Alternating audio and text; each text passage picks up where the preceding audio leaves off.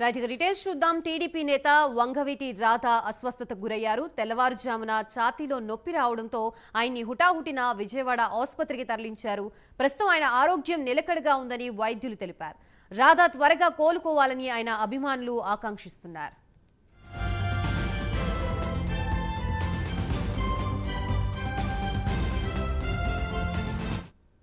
Right Vangaveeti Radha ఆరోగ్య పరిస్థితికి సంబంధించి మనకి పూర్తి అప్డేట్స్ ఇవ్వడానికి మా ప్రతినిధి శ్రీనివాస్ సిద్ధంగా ఉన్నారు. శ్రీనివాస్ చెప్పండి, ప్రస్తుతం ఆయన ఆరోగ్య పరిస్థితి ఎలా ఉంది, దీనికి సంబంధించి డీటెయిల్స్ ఏంటి?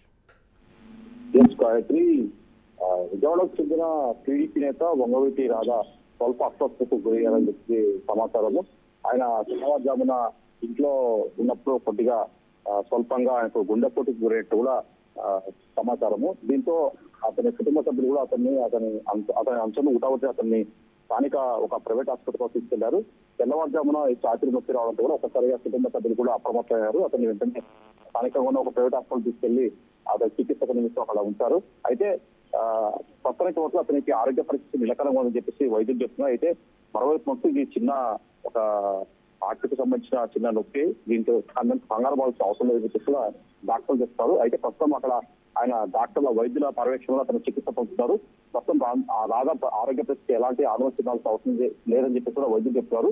48 గంటల పాటు అంటే 48 అవర్స్ 48 గంటల పాటు ఆయన వైద్యుల పర్యవేక్షణ ఉండాలని చెప్పి కూడా వైద్యులు చెప్పారు కుటుంబ సభ్యులకు. అయితే ప్రస్తుతం అతను త్వరగా కోలుకోవాలని చెప్పి కూడా కుటుంబ సభ్యులు అతని అంశాలు కూడా పెద్ద ఆసుపత్రికి చేరుకొని అతని ఆరోగ్య స్థితిపై ఎప్పటికప్పుడు వాకప్ చేస్తారు.